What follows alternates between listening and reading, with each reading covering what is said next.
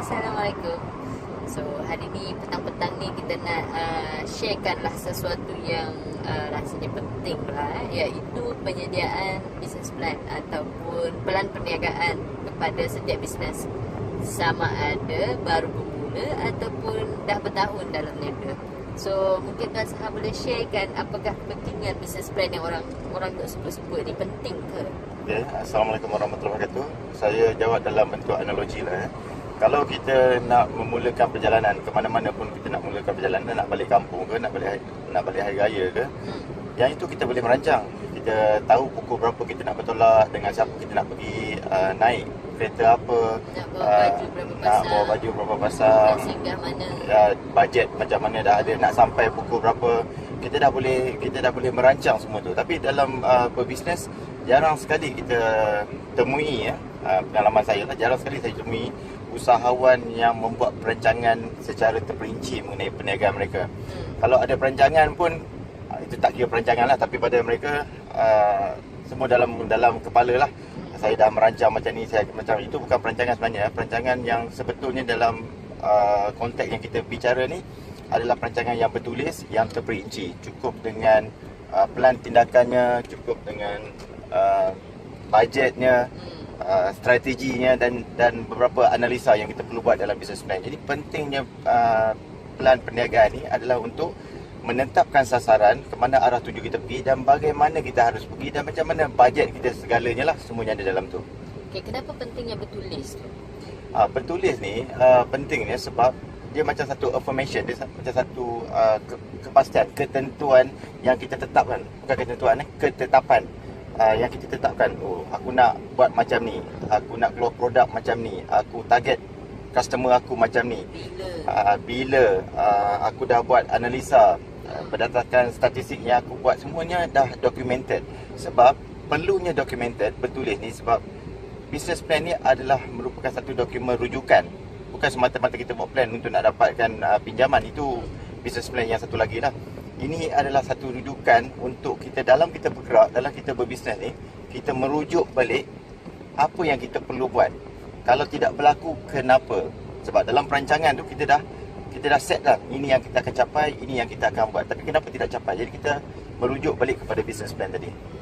Lagi satu, kita punya usahawan sekarang, dia punya mindset dia kebanyakan sama, iaitu hanya bos tu sahaja yang tahu apa yang dia nak capai dalam perniagaan dia, bagaimana nak pergi apa semua, dia seorang tahu. So the issue would be the pekerja, that subordinate apa semua, ataupun partners dia, stakeholders semua, dia tak boleh follow because benda tu tak ditulis dan tidak menjadi bahan rujukan. So bila kita simpan dalam kepala, tendensi untuk merubah arah tu is very fast. Kita ada tendensi dekat situ. Maknanya kalau kita tulis, kita jot down, maka sebarang perubahan pun kita boleh rujuk balik. And it's a good communication tools untuk kita punya subordinate, supaya dia boleh faham tanpa kita ada pun time tu physically. Dia boleh faham apa yang dimaksudkan dengan kita nak target this customer segment, kita nak buat this marketing material, kita nak letakkan harga macam ni, kita nak buat frekuensi dia macam ni, operation dia macam ni, hire orang ni, hire orang tu, supaya orang semua boleh faham. Dan kemudian mungkin kita boleh sharekan, selalu orang confuse business plan ni dengan business model canvas. BMC ni diperkenalkan a few years ago, tapi dia dibandingkan BMC, bila dibandingkan dengan format business plan yang so-called traditional ni, dia kata, kebanyakan usahawan akan kata format BMC lebih mudah, lebih ringkas berbanding dengan business plan. Sebab business plan dia ada banyak format, banyak paragraphing apa semua kan. So tak semua usahawan suka nak buat business plan yang in writing ni. So boleh Tuan Saha mungkin jelaskan apa beza BMC dengan business plan? Okey, secara umum, secara ringkas ni, kalau nak bagi faham, business model canvas ni adalah subset kepada business plan.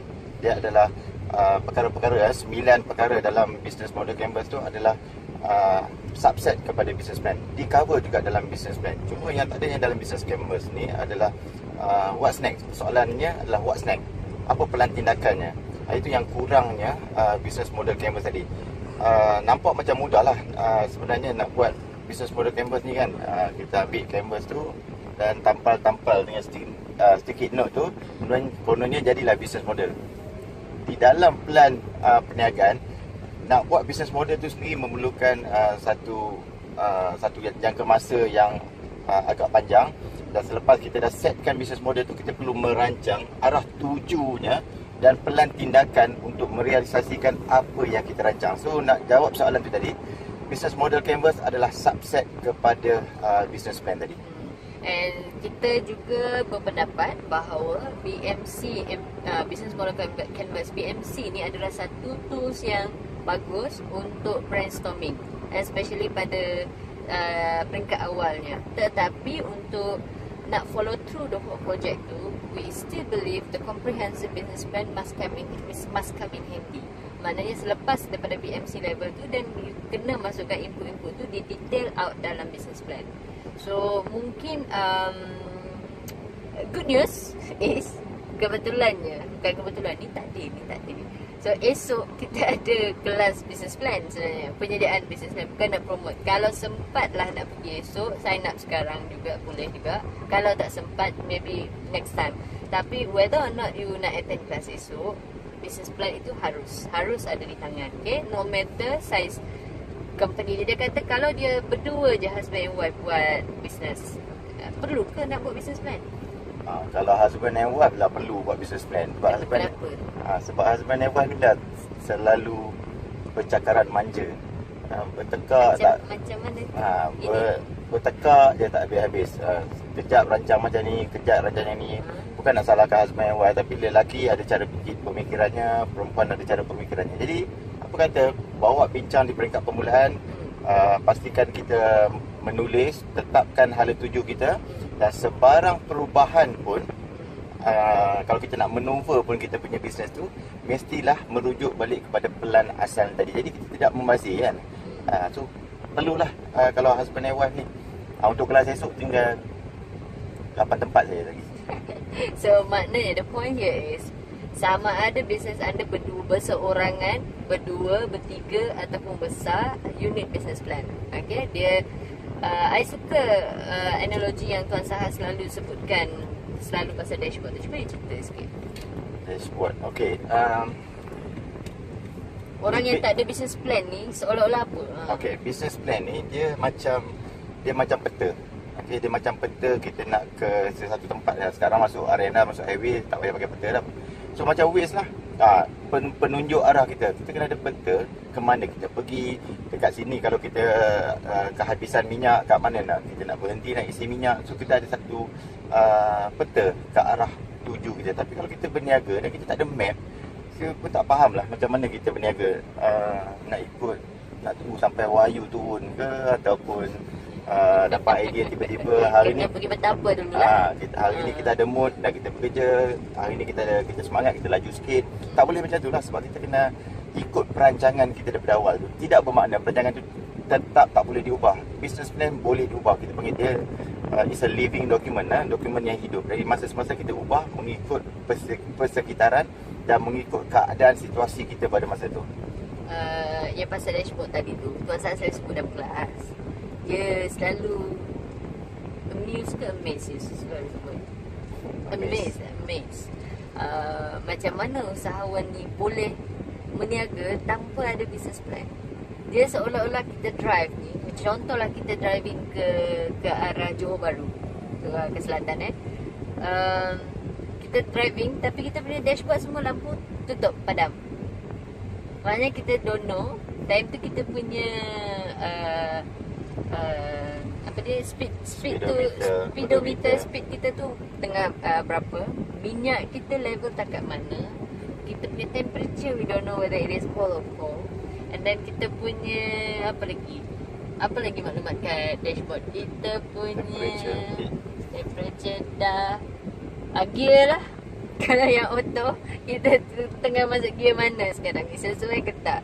So semua benda tu kita tak tahu, as if we are blindfolded sambil driving. Tapi kita berani bawa kereta. Dia macam tu. Kalau tak ada business plan. So bukanlah kita tekankan sangat tanpa business plan, tak semestinya ada business plan bisnes kita maju. Tak juga, tapi it is ensuring supaya kita tak tersasar jauh daripada kita punya matlamat asal. Dan dia sebenarnya lebih menjimatkan bila kita buat business plan lagi awal dan lagi komprehensif untuk cover banyak benda, berbanding dengan kita buat bisnes tanpa business plan. Lagi mahal. The error dan correction yang kita kena buat later on, kita kena letak investment lagi mahal untuk ubah balik semua. Okay, so rasanya itu saja daripada kita. Ada akhir kata ke kali ni? Akhir kata, selamat berbisnes. Selamat berbisnes.